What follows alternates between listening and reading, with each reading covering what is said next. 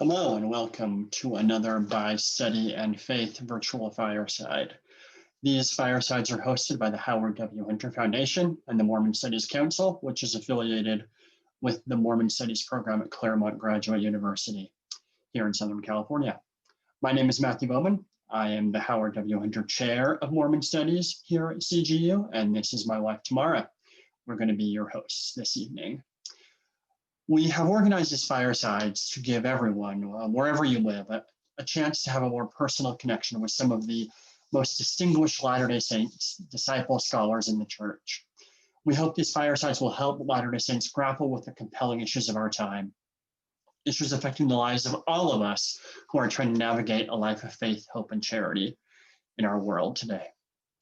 Now, before introducing our speaker for this evening, I have a few housekeeping items.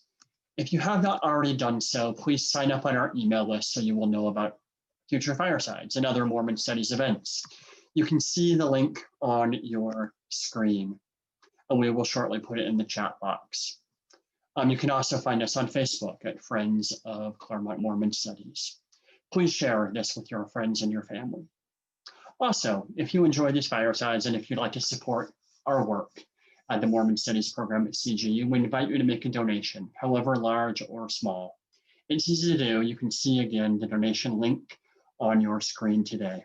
These programs, including these firesides that we do today, programs supporting the students who are in our Mormon Studies program, are supported by your donations, and we're very grateful for your help. We will start with an invocation by Rosalind Welch. Rosalind is an independent scholar working in Mormon literature, scripture, and theology. She has a PhD from the University of California at San Diego and has written a number of works in Mormon studies, most recently Ether, A Brief Theological Introduction, which is one of the Neil A. Maxwell Institute series on the Book of Mormon. She is also a member of the CGU Mormon Studies Advisory Council. Rosalind, if you will. Our dear Father in heaven, we thank thee for the opportunity that we had to be together virtually this evening. We're grateful for our friend and our sister, Neylan, and for the preparation that she has exerted on our behalf to share with us tonight. I'm grateful for her life and the good work that she does, and we ask that thou wouldst bless her with thy spirit so that she can communicate the things that she has prepared tonight.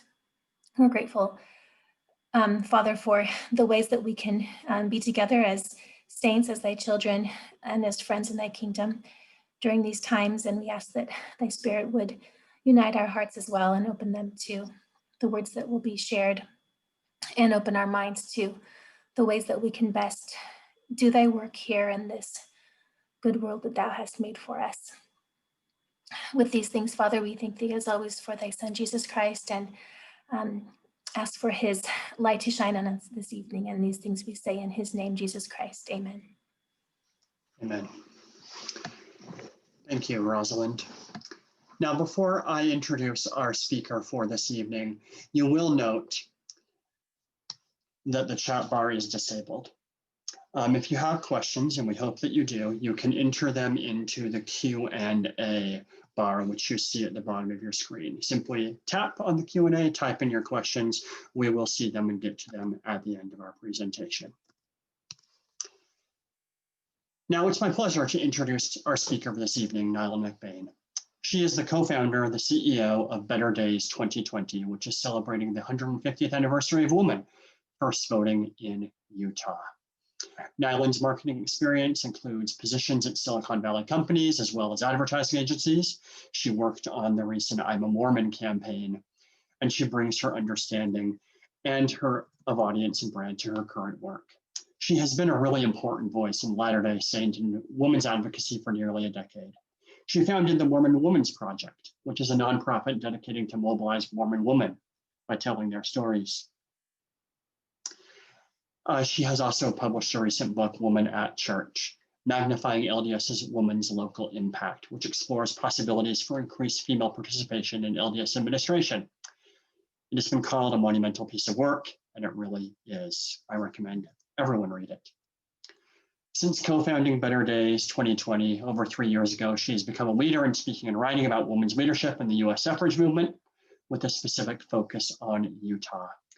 She runs a team of historians, educators, and marketers that have changed the way Utahns view and understand women's history, and has published her third book recently, Pioneering the Vote, the untold story of suffragists in Utah and the West. She's a graduate of Yale University, mother to 3, and she lives in Salt Lake City. Neylan, we'll turn the time to you. Thank you so much, Matt. It's a pleasure to be here tonight. Thank you also, Rosalind, for a beautiful prayer. And I do hope the Spirit will be with me tonight as I present the material that I've prepared. I do a number of different kinds of presentations about this book, some of which are more spiritual in nature, some of which are more historical, some are to youth audiences, etc. So I hope that the way I present the material tonight, you'll not only learn something and feel my love for the material and for the history and for the people I'll be talking about, but also that we'll be able to talk in the end about how this affects us specifically as disciples of Christ. And so I do hope that we'll have a chance to reflect on that at the end of my presentation. But I'm going to start sharing my screen now and kind of walk you through what I imagine the next 35 minutes or so will be like. I'm going to,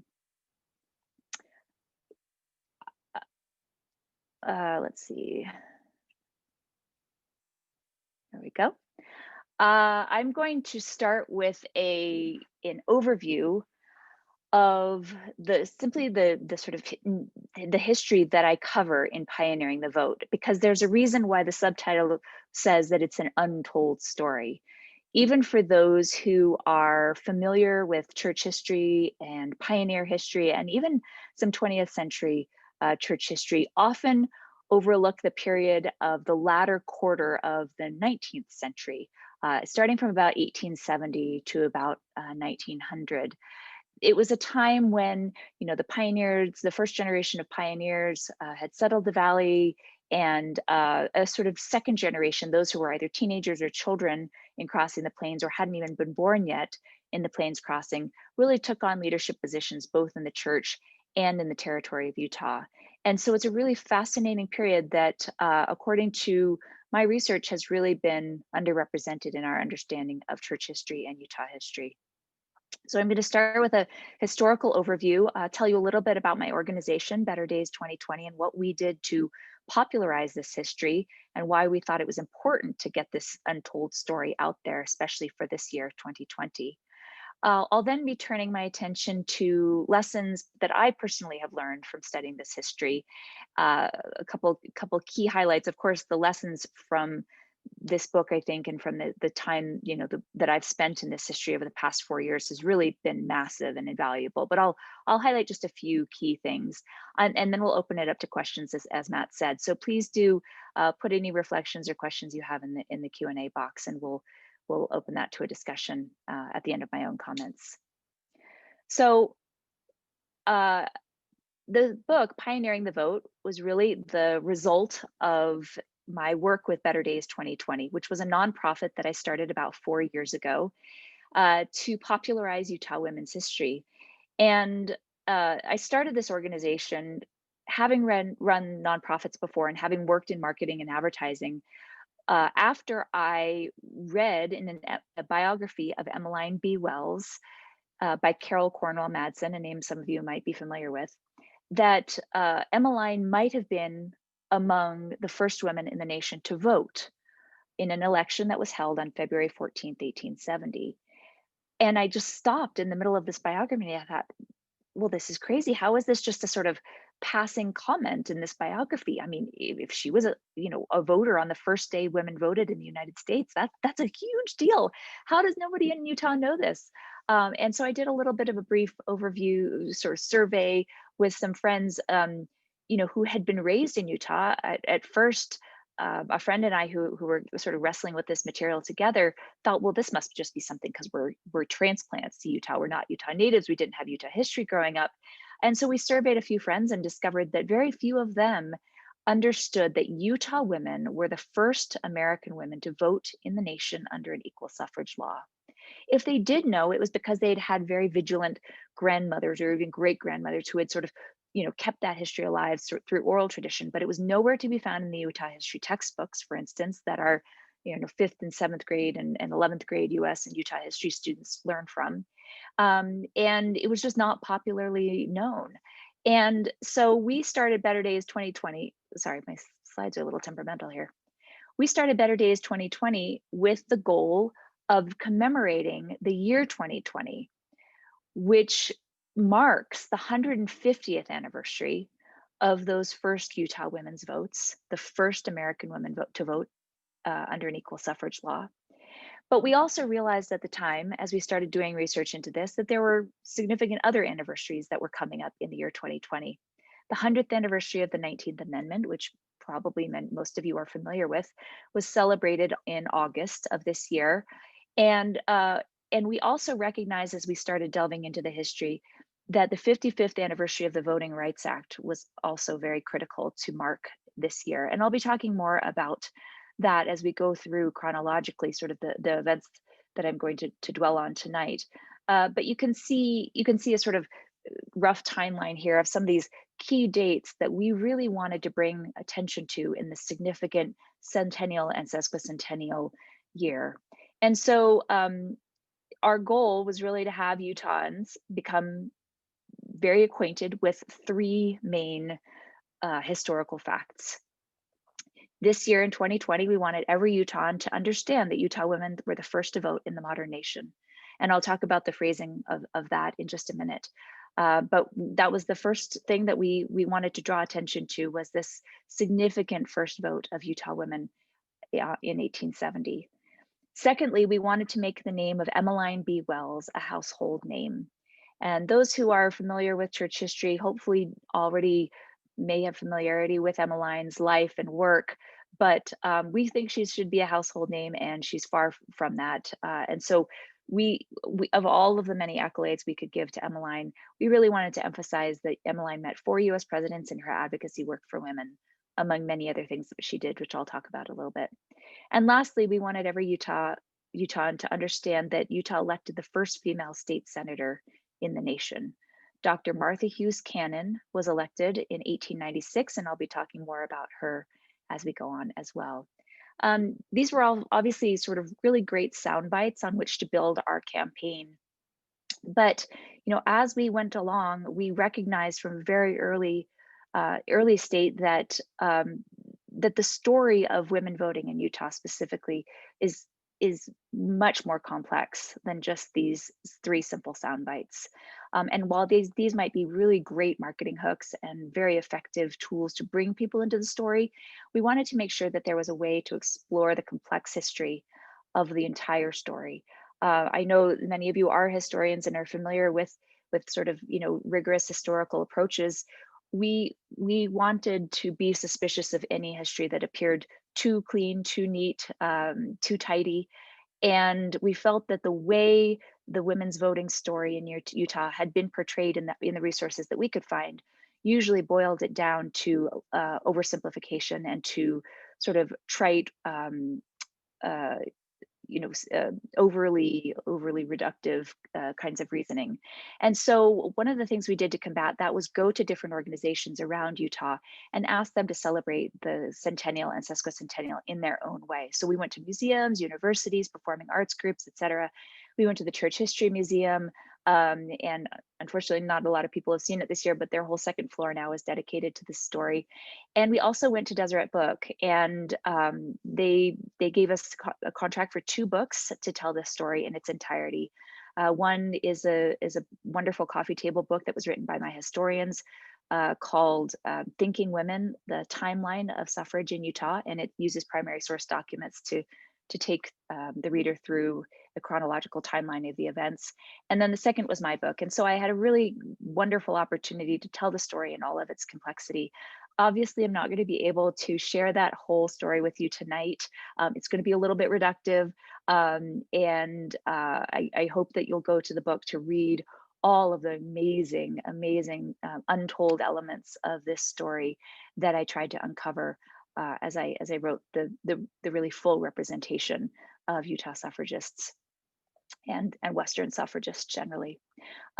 One other thing I'll say about the project is that, I started out as an LDS woman, interested in women's issues in the church, specifically focused on this, Mormon women's suffrage effort in Utah in the 19th century. But as I was growing my team and as we got funding from a lot of different sources, we quickly turned our attention to telling the entire Utah story. So removing it from that time period, removing it from the religious focus on the Latter-day Saints specifically, and really telling the story of 150 years of Utah women. And one of the things that we've done is commission illustrations of lots of different Utah women.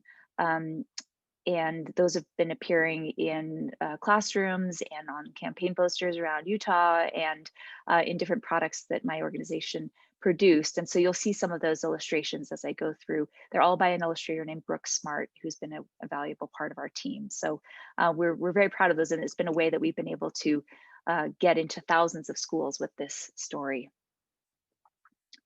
So I'm going to start from this is a date that I've mentioned a couple times already, February 14th, 1870. That's kind of when our story begins. The story of Utah suffragists kind of came onto the scene somewhat unexpectedly. The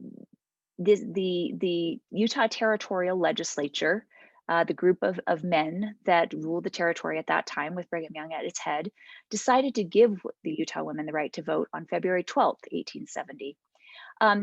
Wyoming had just actually given the women of Wyoming the right to vote a few months earlier.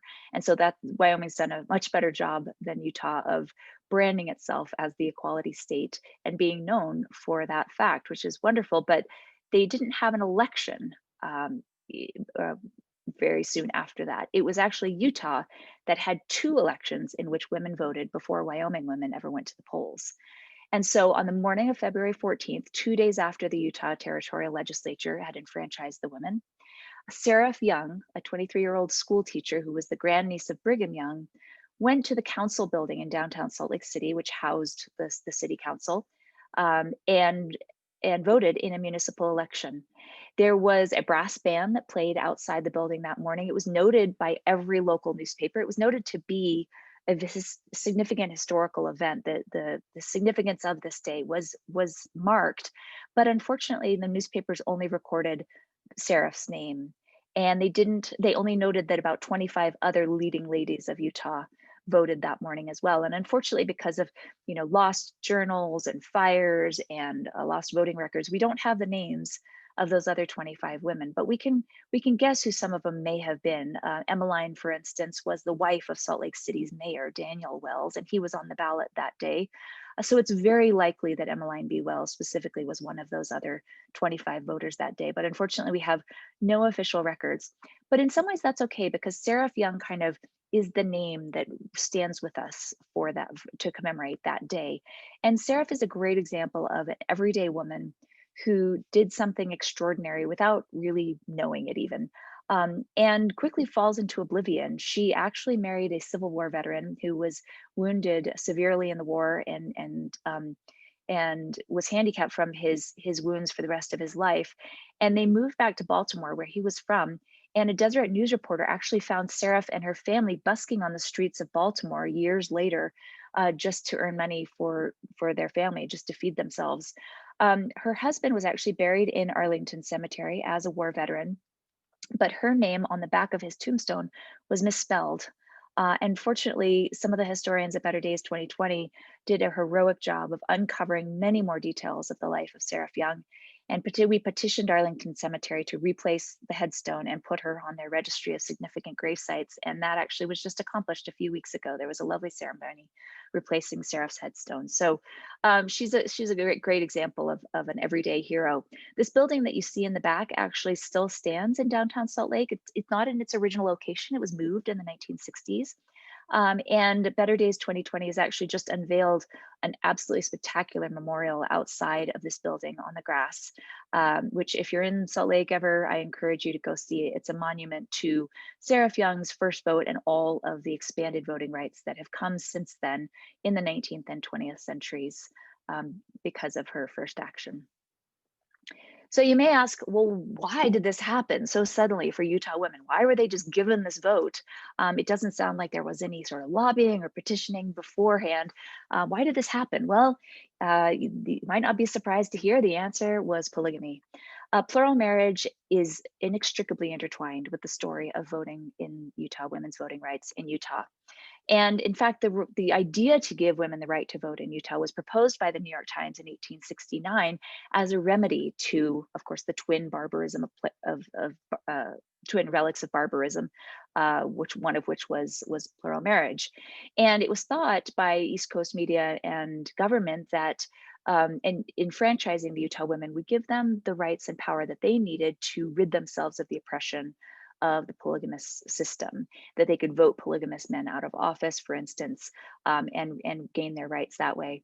But voting rights then, as today, as we're very aware this week, are governed by the territories and states, and so it really came down to the territory and state, the territory of Utah at that time, to decide whether or not this was really a good idea or not. And the all-male, all-Mormon Utah territorial legislature decided to call the media's bluff, call the government's bluff, and said, sure, we'll give our women the right to vote and see what they do.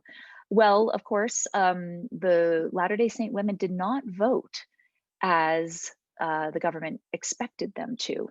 In fact, they did quite the opposite. They started marching and gathering and petitioning in favor of their religious liberty and their opportunity to practice their social order as they saw fit. And this resulted in some of the largest gatherings on American soil up until that point, some of which are called the indignation meetings, which are just wonderful scenes in the book if you've read that, or if you are familiar with some of the documents from those meetings. They include incredible speeches by some of the leading ladies of the church of that time, from Eliza Snow to Sarah Kimball, and then some of the younger leaders, the up and coming leaders of that time as well. And so this, of course, was not the way that these women were supposed to be behaving. And so this precipitated a continuing tension between the territory of Utah and the federal government. And this tension built through legislative efforts for decades. In fact, for 17 years, the women of Utah voted in municipal, territory-wide elections, and at this time, there continued to be additional legislation coming from the East, trying to criminalize polygamy and trying to reduce and retract the citizenship rights of these LDS women, thereby disenfranchising them as citizens. And so there were some significant bills that came through these 17 years, and it culminated really in 1887 when the Edmunds-Tucker bill disenfranchised all Utah women, polygamous and monogamous, and all polygamous Utah men. And so this was a real blow to the Latter-day Saint women and to the Utah women generally. I'm talking about those terms pretty synonymously here, and of course you probably understand that at this time, certainly in about 1870, and for those next 17 years, the vast majority of the territorial population was LDS. Of course, there were some external influences that were coming in at that time, but I'll talk a little bit more about what the non-LDS women were doing at this time in a minute. But for the most part, and for our purposes here, really these terms of pro-polygamy, pro-Latter-day Saint, and pro-suffrage were inextricably intertwined. They were one movement for the vast majority of Utahns.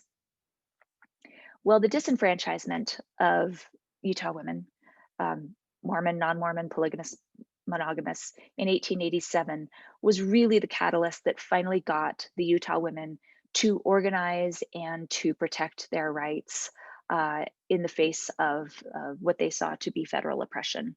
And it was at this time that we have some of the key leaders really rise to prominence here in Utah. Emmeline B. Wells emerges as Utah's leading suffragist. Emmeline was 16 years old when she arrived in Nauvoo, Illinois. She had a tragic first marriage, which is one of the most amazing stories you'll ever hear, and I encourage you to read the book to learn about Emmeline's early life. She became the third wife of Newell K. Whitney in Nauvoo, who who was 28 years older than she was, but gave her the stability, the economic and spiritual stability that she needed to become part of the inner circle in Nauvoo. When she moved to Salt Lake and Whitney died, she actually proposed to Daniel Wells, who I mentioned was the mayor of Salt Lake City, and became his sixth wife. But as the sixth wife, and as someone who was sealed to somebody else previously, Emmeline was really mostly on her own, and she had to provide for herself financially, for instance. And the theme of self-reliance and independence and a woman's ability to care for herself and make something of herself is really the dominant theme through all of Emmeline's work. To support herself financially, Emmeline edited one of the longest running suffrage newspapers in the nation, the Woman's Exponent, which is often thought of as the organ for the Relief Society, and it was. But as you can see from the masthead right here, the women of the Relief Society here in Utah really saw their mission as much more than just advocating for the rights of the women of Zion. From its very early days, it really saw itself as a voice for the women of the nation. And Emmeline took that very seriously. She wrote thousands of editorials in the Exponent, as well as poetry. She fancied herself a poet, actually, but her prose is much stronger. And the newspapers of that day really acted as a political tool that the women had to share their opinions across the nation. The newspapers were one of the only ways that they had to really educate themselves about the issues, to write and to collaborate with each other and to create networking groups. And so the newspapers were vitally important to the suffrage movement in the 19th century. And there were dozens of newspapers across the nation. But as I said, few were as successful and long lasting as the Woman's Exponent. It was at this time, through the Women's Exponent and through the structure of the Relief Society organization throughout the territory of Utah, that the Latter-day Saint women organized themselves to regain the right to vote in Utah. And as I mentioned before, this movement was inextricably combined with their actions of kingdom building as members of the church. In fact, we have wonderful minute books from the relief societies where they will have crossed out the Beaver County Relief Society and they will have written instead the Beaver County Suffrage Association, right? So the whole Relief Society structure was mobilized for this movement, starting in 1887 with the Edmunds-Tucker Bill. The goal of the women at this time, as they were organizing and petitioning and writing their newspapers, was to regain the right to vote when Utah became a state. So you probably know that Utah applied for statehood 7 times between the arrival in the Valley and when statehood was finally granted in 1896. One of the things that I really wrestled with in the book was looking at this idea that once the pioneers, as they left Nauvoo, actually thought that they were exiting the United States, and except for the Treaty of Guadalupe Hidalgo, they would have actually ended up in Mexican territory. But once they arrived, they turned around immediately and tried to become part of the United States again. They recognized that they would have many more rights and protections as a state than they did as a territory. And this was another sort of layer of tension that existed between the territory and the federal government during this latter half of the 19th century. There's some military skirmishes involved in this back and forth tension with the federal government. But all of this was building towards this desire for statehood. And for the women and for the men as well, reenfranchisement of women was part of their demand for statehood. And when statehood was finally, when they when they finally had the opportunity to draft a constitution for a proposed state, it was pretty much assumed that the women would be reenfranchised, and that all of the work that these women had done, in their territory-wide suffrage associations and in their petitioning and in their writing, would be honored in the new state constitution. I mentioned previously that I would talk about those who were not members of the church and who were living in Utah at the time. Jenny Froiseth is a really great example of someone who held the very complicated position of being anti-polygamous but pro-suffrage, which, as I mentioned, was really an anomalous stance here in Utah Territory at the time. Jenny Froiseth was an Irish immigrant who had spent time in the East and then for her husband's work came to the sort of barren desert of Utah and was thoroughly ostracized by the main group of people here, the members of the church. And so as a result, she started what was called the Blue Tea Society, which actually was one of the earliest women's literary clubs here in Salt Lake, which flourished in many forms at the end of the 19th century. And their building actually still exists on South Temple. It's a wonderful, wonderful element of Salt Lake history. Jenny also started the anti-polygamy standard, and she advocated for suffrage, for the ability for American women to vote unless they were Utahns. So being right here in the middle of Utah, she was pro-suffrage and was very active on the national suffrage scene, working with the National Women's Suffrage Association in leadership positions, actually. But her stance was that as long as polygamy was being practiced in Utah, the Utah women should not be able to enjoy that right. Of course, this was very ironic because for most of the time she was doing this, the women of Utah were the only American women, some of the only American women who were enjoying this right. And so there was tremendous tension even here in Utah. This tension started to break down, of course, in 1891 with the manifesto ending plural marriage. And then the sort of thawing continued in 1893 with the Utah women's participation in the Chicago World's Fair. You may know that the silk industry here in Utah was a big star of the Chicago World's Fair. The Utah women brought examples of their famous silk, and it became even more famous. And Latter-day Saint women and non-LDS women worked together for the Utah Pavilion at the Chicago World's Fair. And it was really the first time that these women started coming together in a unified front after decades of tension. And in my book, I really set the book right around the time of the Utah State Constitutional Convention, which happens just 2 years after the Chicago World's Fair. And one of the reasons that I set it at that time is because it was this rare moment of peace and unity after these decades in the past of these tensions between the territory and the federal government, the Mormons and the non-Mormons, polygamists and the monogamous. And it was really a moment when these groups the debris had been cleared so that these groups could really come together to work towards this common goal. As I mentioned earlier, the Utah State Constitutional Convention, it was assumed would build in enfranchisement of women into the new Utah State Constitution. This was the 7th time that they had applied for statehood, even though this was the first time that they had actually been given the go-ahead to write a constitution. And everything was going swimmingly until we have the villain of our story, and that is B.H. Roberts. And this always surprises people. And I've had people read the book who thought, once they got to this part, they're like, oh, I just wanted to throw the book across the room. I was so mad at him. I think because we usually think of B.H. Roberts in relation to the good work that he did in church history, and of course, had such a strong impact on the way we see our history.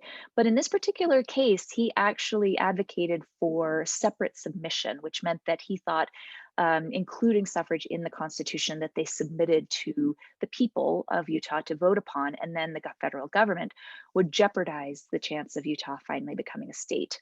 And so he said, no, let's submit the Constitution without our women enfranchised. And we'll get back to them. But Susan B. Anthony sent a famous telegraph to Emmeline B. Wells, and she said, to be careful of that trick. If you don't have women enfranchised in your Constitution from the beginning, you will never get it in. And happily, B.H. Roberts was vanquished, and there was a lot more to that story. I encourage you to read the book. It's a wonderful scene. He actually plays some election fraud. If there is fraud, and so he plays some tricks, and it's actually a really great story. But he is vanquished, and the Utah State Constitution has included this clause since 1896. The rights of the citizens of the state of Utah to vote and hold office shall not be denied on account of sex. Both male and female citizens of the state shall enjoy equally all civil, political, and religious rights and privileges. Utah was the 3rd state to enfranchise its women after Wyoming and Colorado.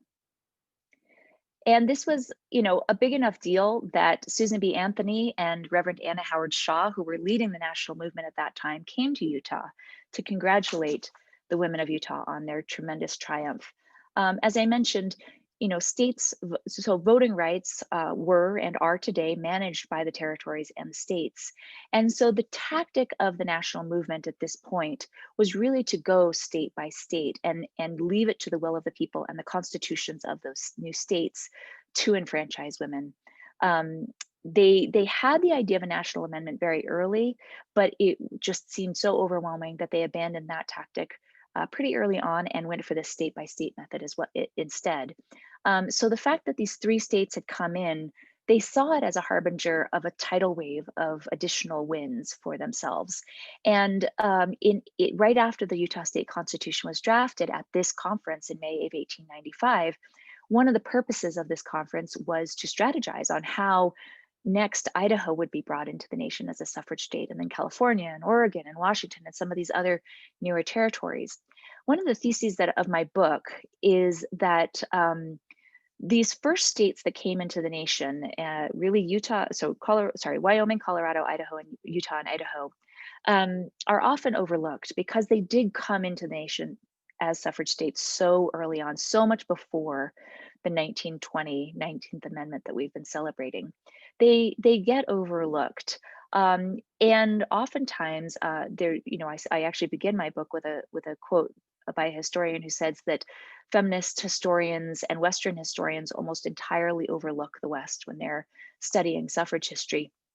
And my thesis is that these anomalous first states came in so early, and historians kind of write them off as being just evidences of the Wild West. They were just an anything goes place where the traditions of the East Coast didn't bog them down. And so there was just a greater appetite for social exploration. And while there is definitely an element of that, my thesis explores that these 4 states really had much more complicated and much more unique and much more uncomfortable reasons for enfranchising their women. Of course, I've been spending a lot of time here on the story of Utah, and you can guess what the unique and uncomfortable reason for Utah suffrage is. Of course, it's polygamy. But Wyoming, Colorado, and Idaho also had very unique and somewhat uncomfortable and outdated reasons for enfranchising their women. Wyoming, for instance, it was a combination of racism. There were several Confederate and Union members of the Wyoming legislature who, were bothered by the idea that Black men could now vote, but their white wives could not. There was tensions between the legislature and the governor of being of different parties in Wyoming, and so there was sort of a joke that was played on the governor. There was also a PR ploy because there were 900 women in Wyoming to 10,000 men. Anyway, not the sort of great moralistic rightness that we would like there to be. In Colorado, again, a sort of strange, uncomfortable reasoning around the silver standard. We don't really even understand the gold standard anymore, but the silver standard was a major motivation in Colorado. And in Idaho, it really was about temperance and the Women's Christian Temperance Association, which of course is an era of American history that we don't, fully explore as much anymore either, the campaign against alcohol.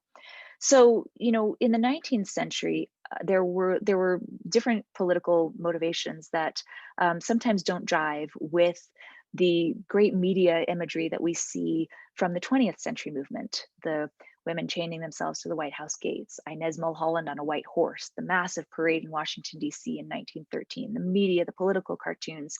It was a very different era for the women's suffrage movement.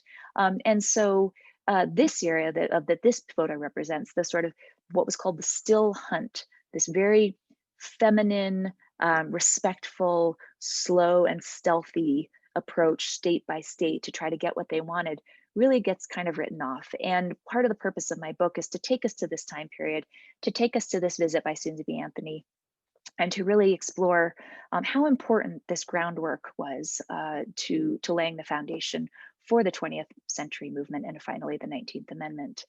A couple fun things to point out in this photo before we move on. This is Susan B. Anthony sitting in the center here with some flowers in her hands, looking kind of downward. Reverend Anna Howard Shaw is up sort of diagonally to her left, and straight above Susan B. Anthony, holding something up kind of near her chest, is Sarah Kimball. So you'll recognize Sarah Kimball from the founding of the Nauvoo Relief Society. Sarah was one of the leaders of the Utah suffrage movement. And just to her right is Emmeline B. Wells, the petite and fearsome leader of Utah's suffrage efforts. And then there are probably a lot of other women in here that those who are familiar with Relief Society history, for instance, will recognize, but I'll also point out the woman on the far left, the younger woman, is Dr. Martha Hughes Cannon. You can see she's a generation younger than Emmeline and Sarah, but she's going to be the next character in our story here. Utah's constitution is approved, and Utah becomes a state. And there's an election that's held in 1896, right after statehood, the first election open to women. And this is an election for some state legislature positions. And Dr. Martha Hughes Cannon becomes the first female state legislature elected anywhere in the nation. Dr. Cannon, I think, really gets us to a deeper look at the role that plural marriage had in these women's lives and in their motivation and in their ability to advocate for themselves and for their political rights. Dr. Cannon was a Welsh immigrant. She crossed the plains at the age of 4 and grew up in Salt Lake City. When she was about 20 years old, though, she was actually funded by her church community to get a medical degree at the University of Michigan, go to pharmacology school at the University of Pennsylvania, and get an elocution degree. And so by the age of 24, she actually had 4 degrees. And she came back to Utah to open the Deseret Hospital, which was an all-female led hospital, and her own female-led medical practice. She became the 4th wife of Angus Cannon. And she actually ended up running against Angus Cannon in this particular election for this state Senate seat. And so with Utah's new embrace of the 2 political party system, she actually ran as a Democrat and Angus ran as a Republican. Actually, also on the Republican ticket was Emmeline B. Wells, who was her mentor, and of course, the sort of de facto leader of the suffrage movement. And Martha beat them both. She became the first female state senator, and these other 2 women pictured here became the first women. Well, they were not actually the first women in the House of in a state house, but became our first women in our state House of Representatives. So Martha, so as I mentioned, Martha was the 4th wife of Angus Cannon, and by all reports, it was actually quite a love match. They kind of fell in love at first sight, and she proposed to him and proposed that she join his family. But of course, 1891 with the manifesto, the devastation that came from the breaking up of these polygamous families was immense. There were 60,000 women and children who were declared illegitimate or bastardized by the manifesto and by the federal government's requirement that formerly polygamous men choose 1 legal wife and 1 legal family. And Martha was actually one of those women who lost her legal marriage at that time. She went to Wales to exile herself when there was a lot of national heat around polygamy, and polygamous men were being imprisoned. And so while she was in the legislature, she was technically no longer married to Angus, but of course she was still living as one of his polygamous wives, and thus became pregnant while she was in the Utah State Legislature during her 2nd session. So this was a national scandal. It actually made the front page of national newspapers.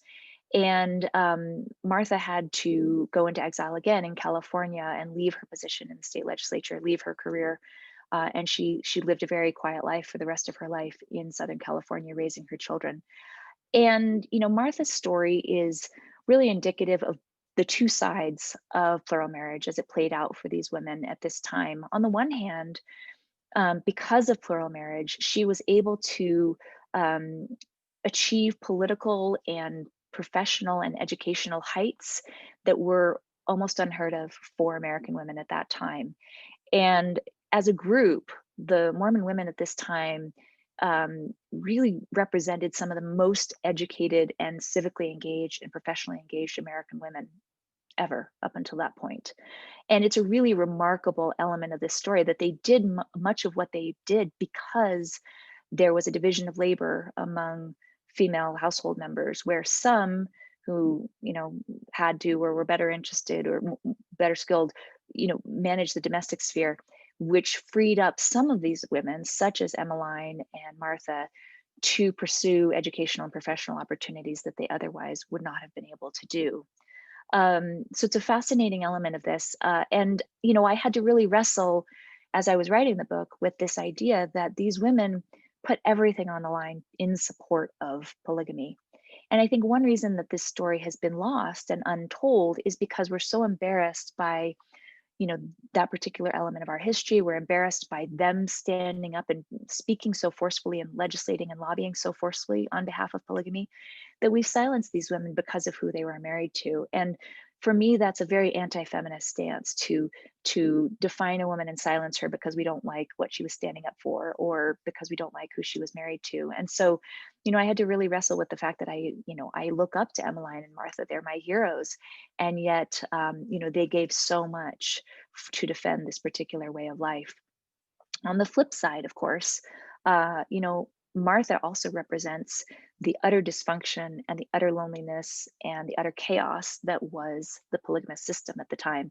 In fact, Martha burned all of her journals and letters before her death. And while she was famous for making several, very witty quips about polygamy, such as saying that, polygamous wives don't have it nearly as hard as full wives because they only have to be a wife for 1 week out of every month, and they have their freedom for the other 3 weeks. She also represented the utter devastation that came from this particular way of life. And we know that because while she burned all of her letters to other people still exist. And we know also from Emmeline that while she wrote so passionately and so in such a strong feminist voice for self-reliance and equality and independence in her public writings, we have 46 volumes of her journals, and we know the utter loneliness that she experienced from the sort of unrequited romantic relationships that she had in her life, and how devastating and lonely that was for her. And so these women really represent these two sides of this way of life that they both fought for and in many ways abhorred. Oops, there we go. After Utah women gained the right to vote, they went on to fight for additional rights. And I'm going to just zoom through this because we're slow on time. We're running out of time. But this is just some wonderful photos of Emmeline B. Wells here with Senator Smoot and some of the representatives from the national parties advocating for the 19th Amendment. Here they are on the steps of the Utah State Capitol. And Emmeline actually lived to see the suffrage amendment, the 19th Amendment, passed. She actually was Relief Society president, the General Relief Society president of the church at the time, and she died in 1921, just after the amendment was passed.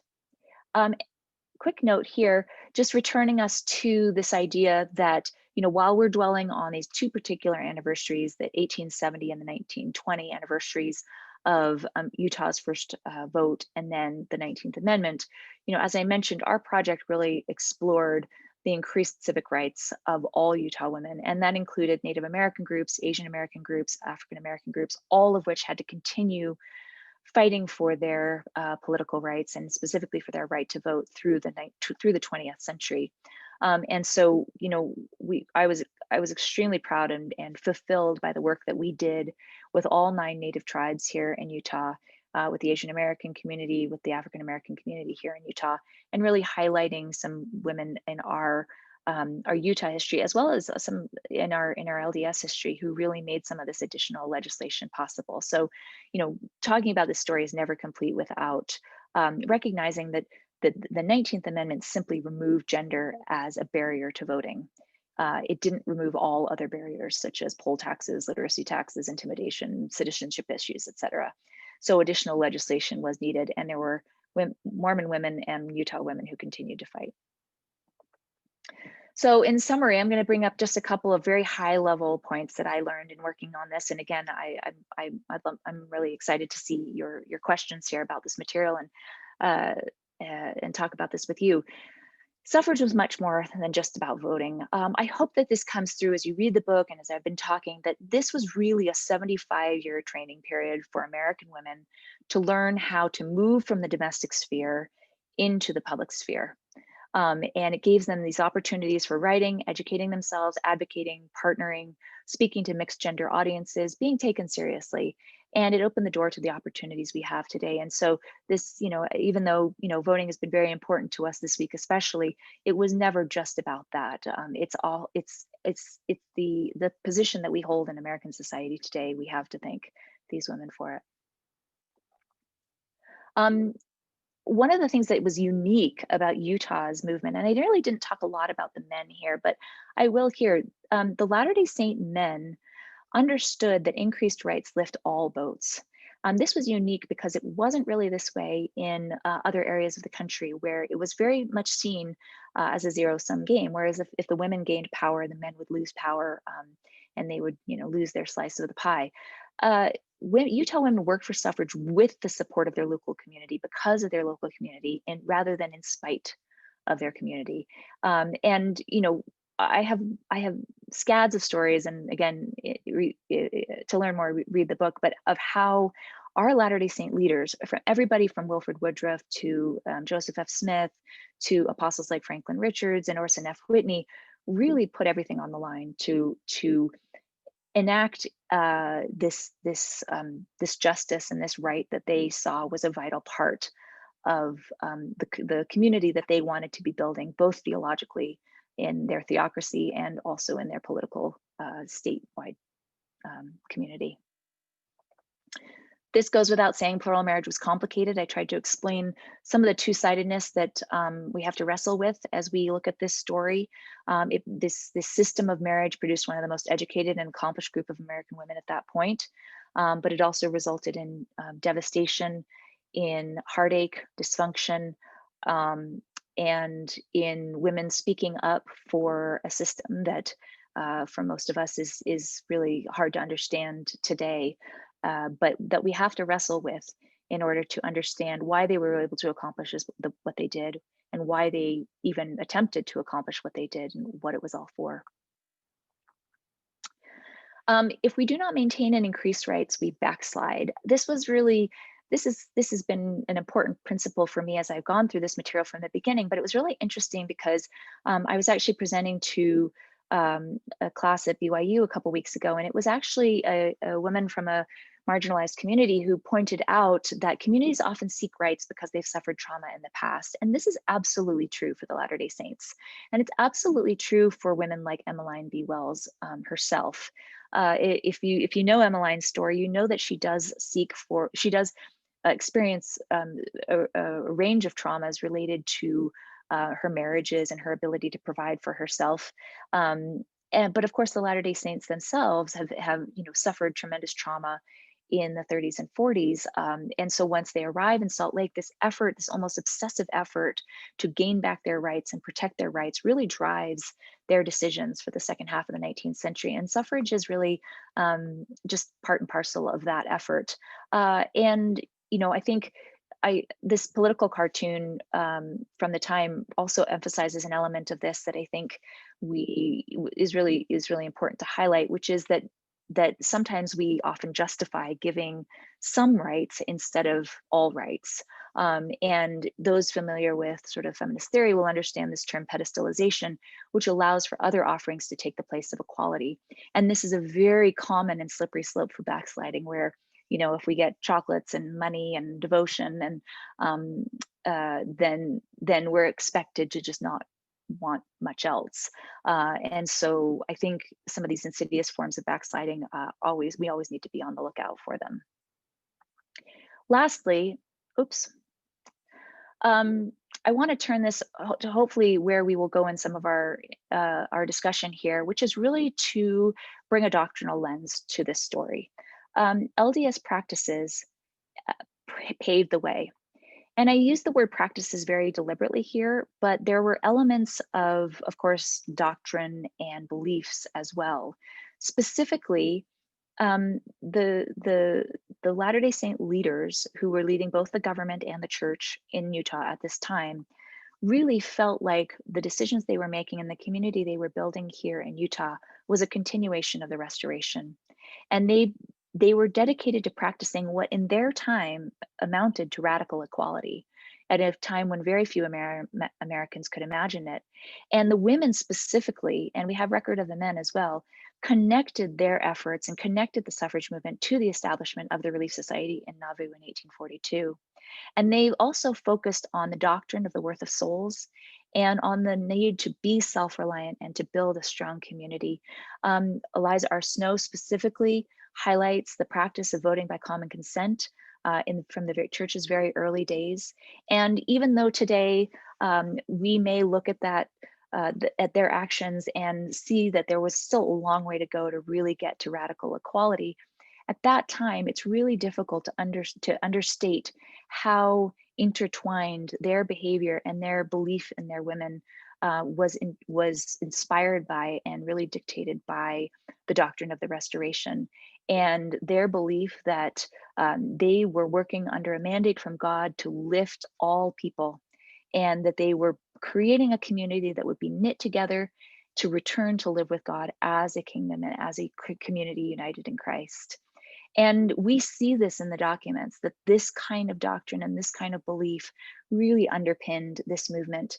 And for me, I just, it brings me such an incredible sense of gratitude to these people, that they had this grand vision, that they were really willing to have this political imagination and experiment in this way when the rest of the nation wasn't ready for it.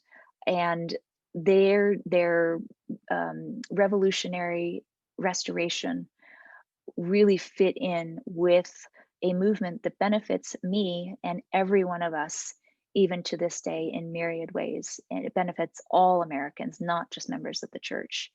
And so I think that continuing to have that imagination and to continue to exploring how our doctrine can impact the way that we craft our societies and our communities, we can look to these early women and men of the Utah Territory and the state of Utah to see a prime example of political imagination, of how their doctrine made their community stronger. So I would love to turn to Matt now for some of the questions that you've been sharing. I've been seeing them come in, and that's been very exciting. So thank you so much for participating and paying attention to what I have to share here. And I'm really excited to hear your responses here. So Yeah. Matt, will you guide us through that? Absolutely. Yeah, we will start doing that now. And before we begin with questions, I just want to make a couple of points. Again, if you have a question, do not raise your hand, put it into the chat bar or the Q&A bar. Do not put it into the chat bar at the bottom of your screen.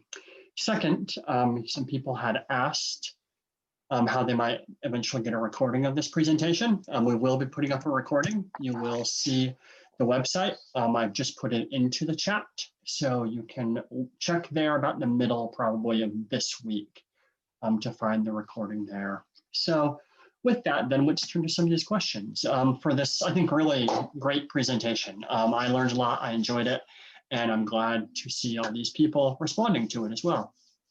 So let's start with this.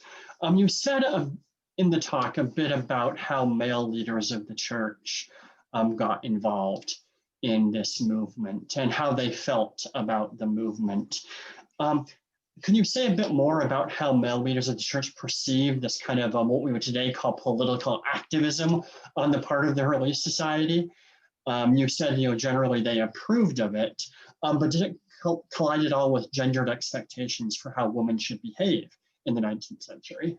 Yeah, and this, I think, is one of the most fascinating elements of this story, because as I hope that was clear, the gender dynamic that we have in the church today, I will say that the men and women of that time would not recognize it. As I mentioned, the men at that time, they practiced a form of radical equality that was unheard of at that time. And this meant that you had Joseph F. Smith railing on the evils of the wage gap. He spoke at a Relief Society conference where he pounded the pulpit about how wrong it was that a woman be paid less than doing the same work as a man, how she should be able to have the opportunity to win bread for her family just as a man. You have him saying that women should cast off the shackles of their imprisonment and stop relishing their victimhood. Because so you see, if you see them acknowledging traditional gender roles, you see them railing against them. And that is one of the most fascinating things about this this period of history, of church history. As I mentioned, Martha Hughes Cannon is sent east to get 4 degrees by her ward. They pay for it. They understand that there is a sort of, a job to be done by the women of the church that is being done by the men too. This is the same period of time where men are being, sent to Europe to learn how to paint the murals at the temple, right? So there is an element of, there's a very strategic effort to both create an insular community in Utah, but also engage with the world in very strategic and decisive ways. And they use their women as part of that movement. The political activism was just in the blood at that time. It just was what Utah did. They had to protect their rights as a territory. As I mentioned, they had to protect their religious freedom. They had to protect their marital experiment. They had to protect themselves physically, as we know from the Utah War, et cetera. So, political activism and this idea of this negotiation with the outside world was just what it meant to be a Utah Mormon at that time. And the women were part of that.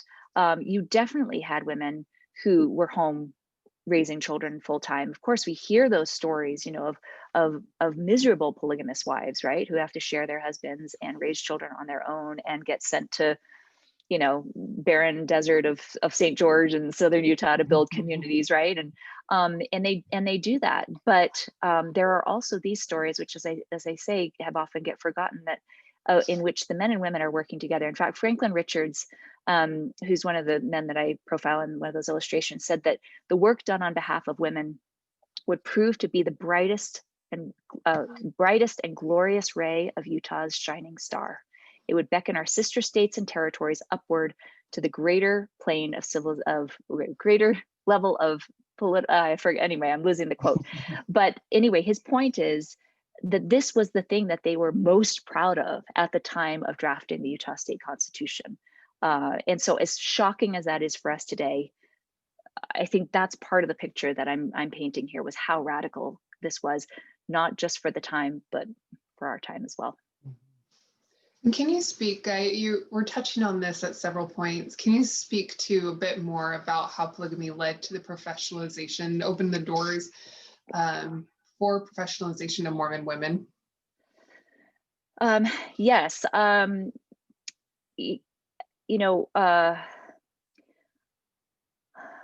mean, I think I do not, the balance between who stayed home with the children and who got the opportunity to go out and do some of these things really kind of came by a case-by-case basis. It wasn't like there was ever a program that sort of, like a Russian program that picked out the gymnasts of the group and like said, oh, we're going to send them to be trained, right? It was almost by circumstance and by happenstance. So for instance, because of Emmeline's position as sixth wife, who was not sealed to Daniel Wells because she'd been previously sealed to Whitney, who was living in a separate home, it was out of necessity that she had to provide for herself, right? Similarly for Martha, she was a fourth wife. She had to provide for herself. She didn't have the marital responsibilities that some of the first or second wives even had, or the wives that had more children.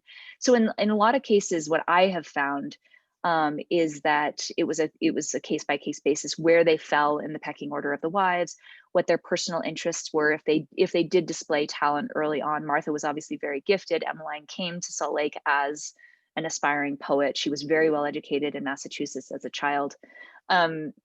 So, and again, for instance, we don't know specifically how many numerically were engaged in plural marriage at the time. Laurel Thatcher Ulrich has cited anywhere from 10 to 30% of the membership at the time in her book, A House Full of Females. But it was such a sort of disorganized and unofficial practice that it's hard to pinpoint any sort of systemic decisions that were made on who was going to have these opportunities and who wasn't.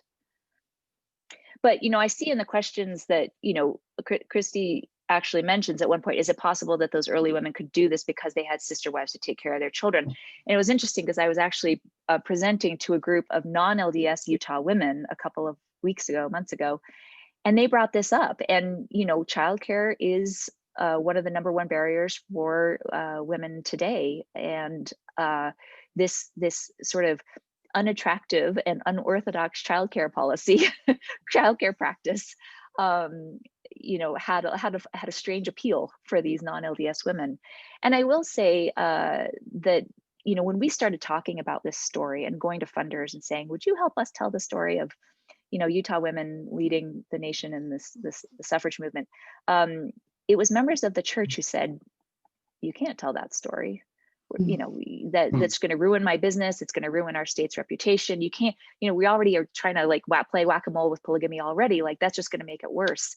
And it was the non-Mormons, when we went to them, who said, that's fascinating. Tell me more. Wow, that really happened. And I just think that this goes back to this idea of silencing these women. There hasn't really been a space for us to talk about this story up until this point, because it ends us up being mocked on Broadway, right? But at this point, when sort of the nation has wrestled with the definition of marriage and traditional family structure is being challenged on lots of different fronts, I think there's this willingness to sort of explore this in an academic way that hasn't been there before. Mm-hmm. And just to follow up on that a bit, you talk about this sort of, the term you use, right, is radical equality of the late 19th century in Utah on gender issues. And do you think then that Utah's assimilation into the United States, the abandonment of polygamy, the sort of desperate nature that we see on the part of some leaders of the church to become accepted as Americans, is that one of the things that leads to the shift towards more conventional gender norms? Well, Matt, I should turn this question right back to you, but I'm gonna be bold and actually take a stab at my thesis on this, and you and I can chat later if you disagree with me. I think that's exactly it. So I see it as a sort of chiastic relationship. You've got Utah, you've got the pioneers arriving in Utah, and they're as far away from the American ideal as they can get. They're totally villainized. They're being equated with slavery. They are never going to be led into the United States. And as I mentioned, there's this obsessive turn to return into the good graces of the United States, right? For very practical reasons, but also probably for, sort of pride. Biographies of Brigham Young explore this sort of obsession he had, right? And so you get this working, trying to become mainstream American. And my thesis is that they arrive. And they arrive in the mid-50s. I think it's 1952 when the Mormon Tabernacle Choir sings at Mount Rushmore, and they are dubbed America's Choir. And it's at that point, in this thesis, that they are fully Americanized. They've fully assimilated. They've, sort of shed all of their peculiar roots, and they are America, right? Very literally. And of course, you have that particular, family structure and gender dynamic at that time. And so we're like, well, this works. We hang on to this. We're going to hang on to this with everything we've got because we arrived. It's what helped us arrive. And unfortunately, the country keeps going, and we hang on to our 1950s ideal. And so the #1 question that we got, aside from are you really going to talk about polygamy, when we were presenting the story, of course, is what happened. And I think that's the next big exploration, and obviously much good work has been done on that already. So yeah, but it's a fascinating switching of roles. Yeah. And you do see it, I think, as early as the late 1890s in writings of church leaders on marriage, right? They start talking about monogamy and what's called, Victorian femininity, and well, they're trying to shed all the polygamy. Exactly.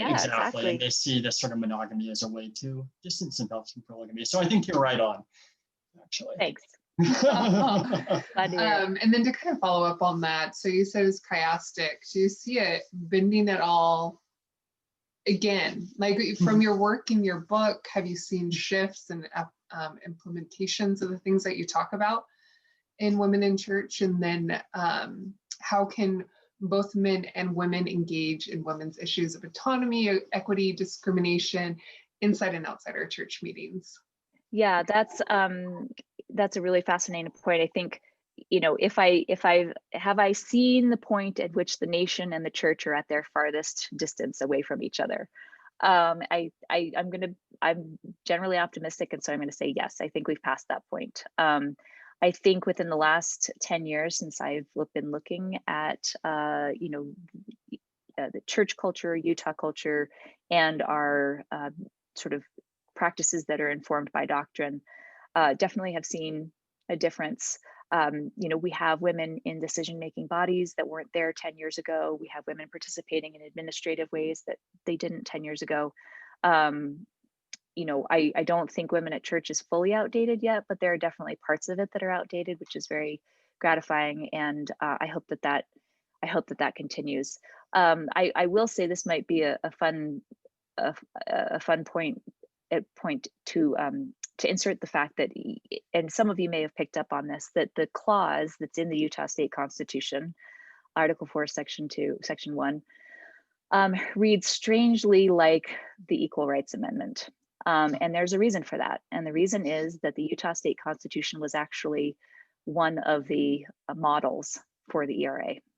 And this is a delightful story that we cover in our Better Days 2020 materials, but Utah's only Supreme Court justice, Justice George Sutherland, was on the Supreme Court bench after being a Utah senator in the 19-teens. And as a Supreme Court justice, became familiar with Alice Paul and the work that she was doing on women's working conditions and pay issues and everything, and became close to her. And so she went to him as she was drafting the Equal Rights Amendment and asked him for his advice, and he pointed her to the Utah State Constitution. So, you know, I bring that up now because I think Chief Justice Christine Durham of the Utah Supreme Court pointed this out to me, and I asked her, I said, well, this is hiding in plain sight. Like, why has nobody brought this up before? And she said, you know, no, there's no case law around it. Nobody has sued according to that particular element of the Utah State Constitution, and so there's no precedent for having that part of the Constitution applied to our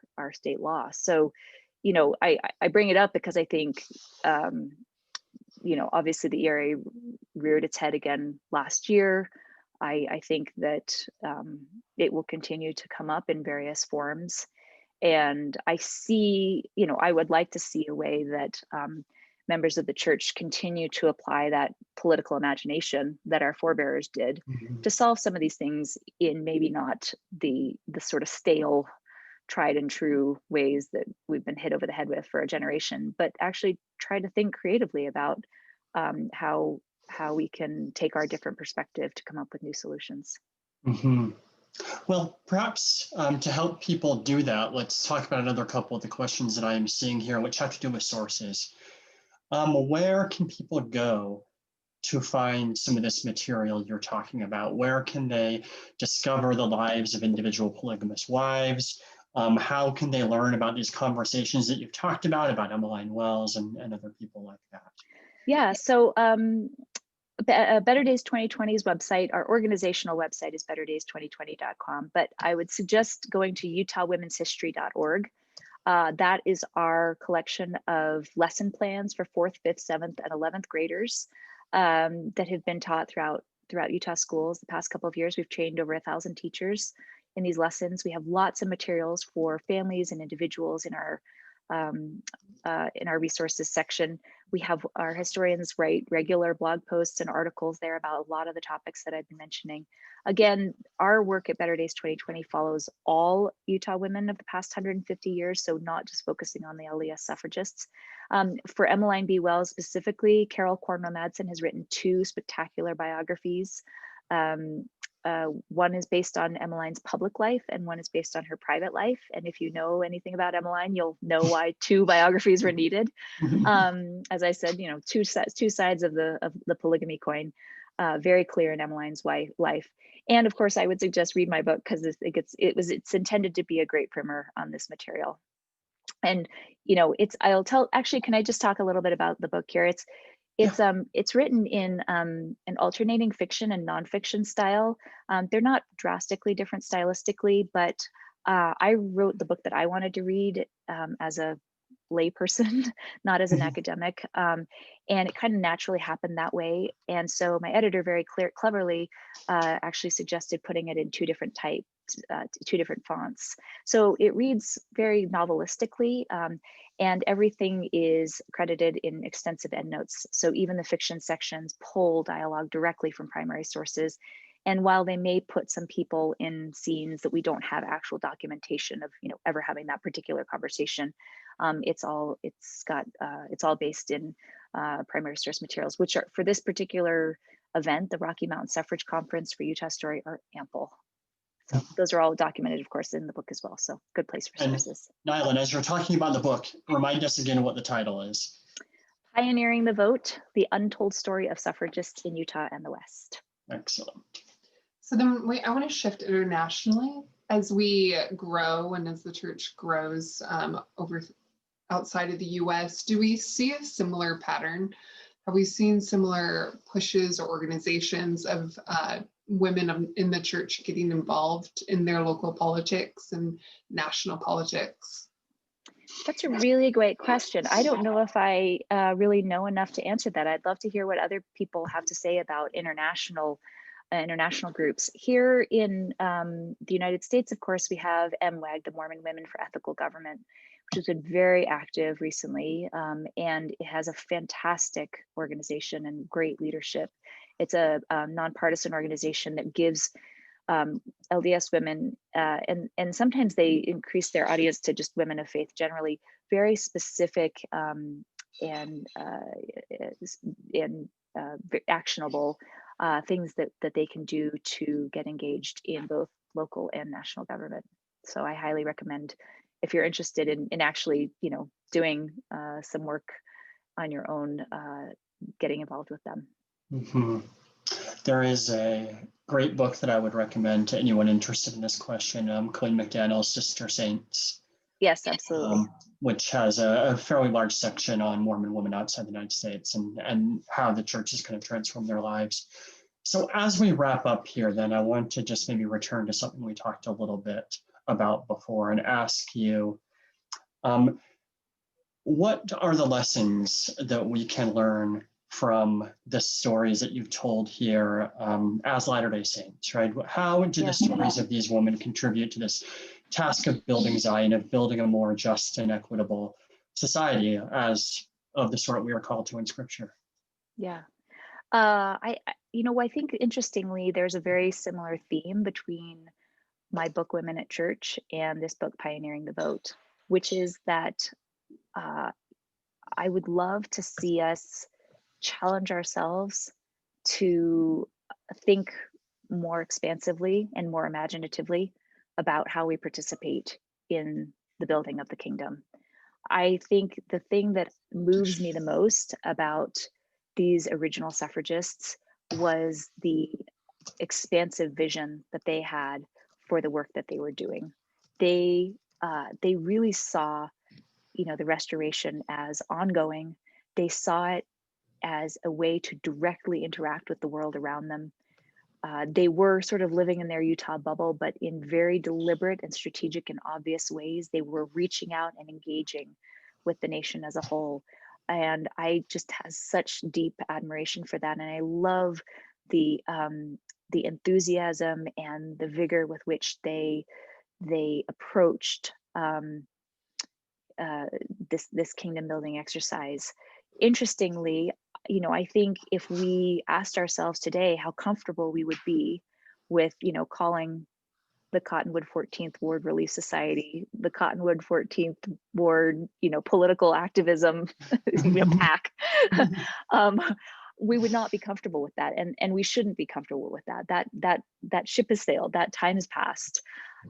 But I think what I did in Women in Church is kind of take that same sentiment and try and encourage us to look at our relationships in the gospel and our activities in the church administration specifically with that same sort of breadth and that same sort of imagination and that same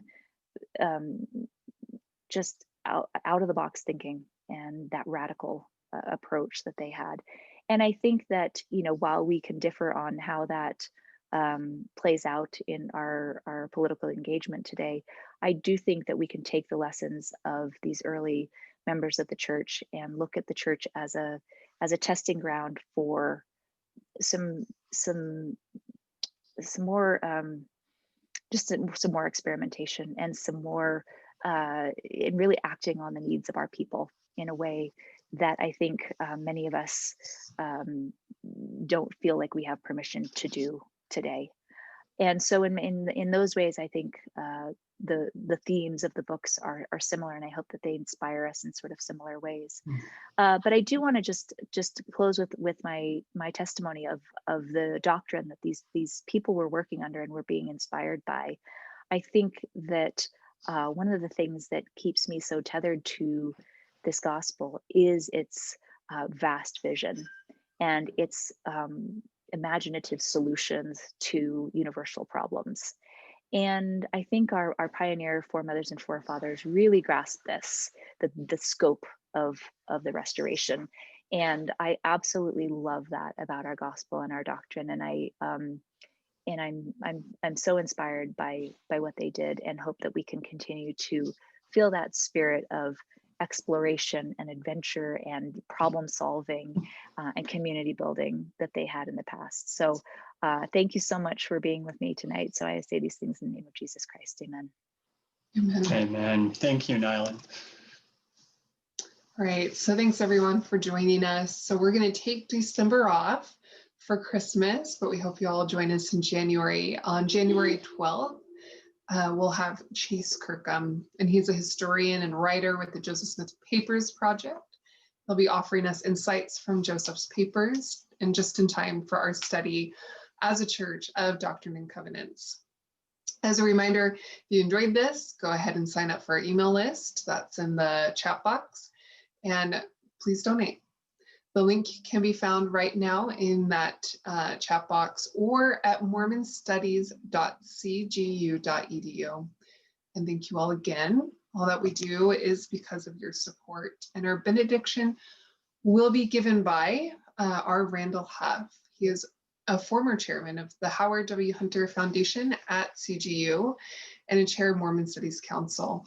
He's a graduate of BYU and from Duke University Law School, and retired trial partner of Gibson, Dunn and Crutcher. He's a former bishop in Pasadena, stake president, Area 70, North American West Area, and California Sacramento mission president. He currently serves with his wife Kay as directors of the Pasadena, California State Family History Center. While he's getting on, can I just mention, I'm happy to stay on and answer some of these questions. I see that there are a lot of questions. So I'm just going to type some answers in. So if you did ask a question that wasn't answered, I'll just stay on for a few more minutes and type my answers. So if you want to get your question answered, maybe look for that. Thanks. Great. Shall I go now? Yeah, go ahead, Randy. Thanks. Thank you. Our dear, kind, and gracious Heavenly Father, we're very grateful tonight for the presentation by Sister McBaine about the value and great contributions of our strong women. We are blessed in our lives by strong women, Heavenly Father, our mothers, our wives, our daughters. We are so grateful because we know that we could not be what we are without them. We appreciate the fact that thy prophets have urged us all, including our dear women, to get all the education we can. And it is through the empowerment of that education that allows these strong women to rise and to lead and to help build Zion and the kingdom in so many different ways.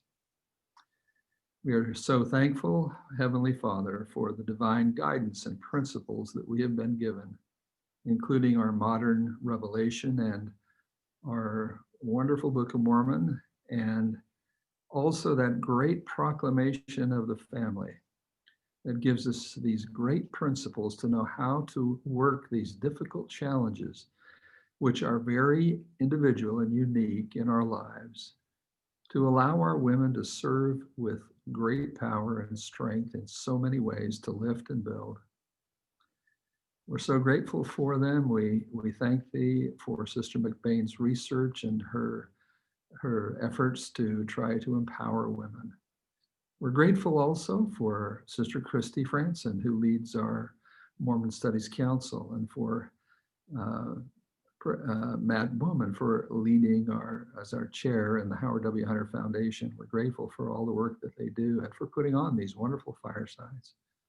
So we thank thee this night for all these blessings and pray that thy spirit will be with us to help us know how we can help our dear wives and daughters and to the extent possible our mothers, in the name of Jesus Christ. Amen. And thank you, Randy. You're welcome.